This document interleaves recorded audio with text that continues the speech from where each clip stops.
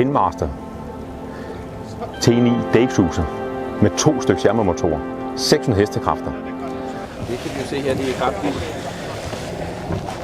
I hvid edition, og som vi kender alle motorer, så kan du sejle med retstyring. Du kan også få med joystick, så motorerne kan køre uafhængigt af hinanden.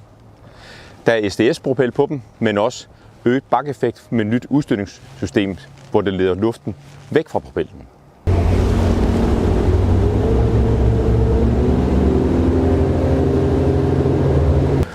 Og en stor dæksuser som den her har selvfølgelig også en stor kalesje. Og for at det skal være nemt at have med at gøre, så prøv lige at se her. Ja, der er meget plads.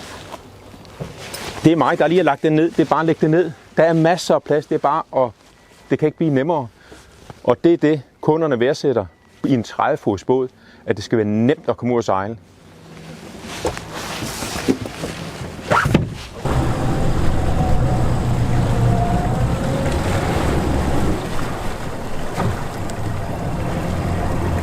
Man sætter i læ. Det kan godt trække lidt i Skandinavien om lidt kolde vinde, men du sætter godt beskyttet. Og så er der fyldt med chaiselong, sofa. Du kan sætte dig lige som du har lyst. Og bordet kan sænkes? Det kan sænkes elektrisk, så du kan lave et soldæk hernede. Hvis du ikke lige skal lave soldæk, så har du selvfølgelig et stort køleskab. Og så kan man lave en dejlig bøf.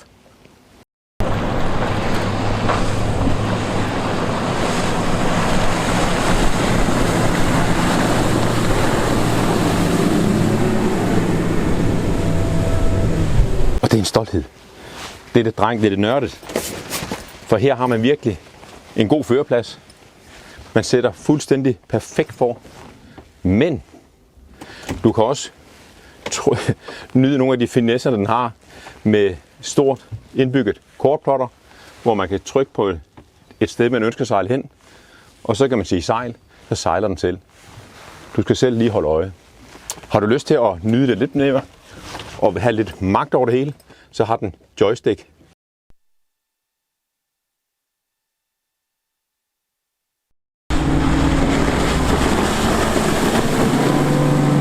Hvis vi nu sænker farten, når vi kommer ind i havnen, så ved jeg, at du har et lille redskab til det. Ja, der er et joystick,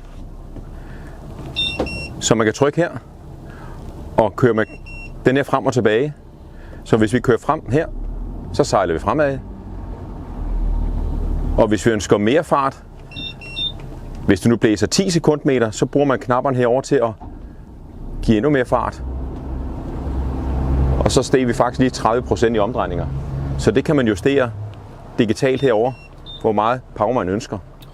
Men Preben Hansen, hvornår bruger man så joysticket? Vi troede, det var primært omkring havnemanøvrer. Men hvis man kigger rundt i, hvor vi sejler her, så er der faktisk mange, der godt kan lide bare sætte og sejle stille og roligt med joysticket. Okay. Og sejle fremad. Og hvis man skal bakke, så sætter man bare den i bak. Og så drejer man stille og roligt, som man har lyst til det. Så er du fri for at bruge rattet. Men når man er inde i havnen, ja, det går fint det her, kan jeg se.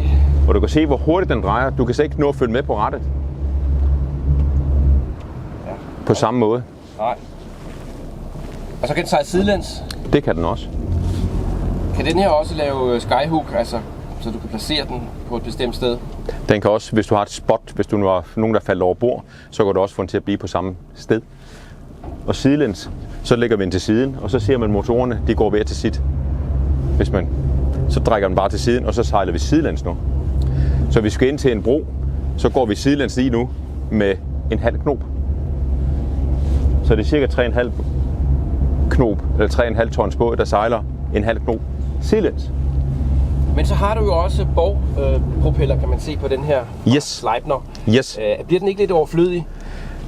Det gør den på den båd her. Har man en båd med kahyt, så kan man få bogtroster. Du kan også få akter.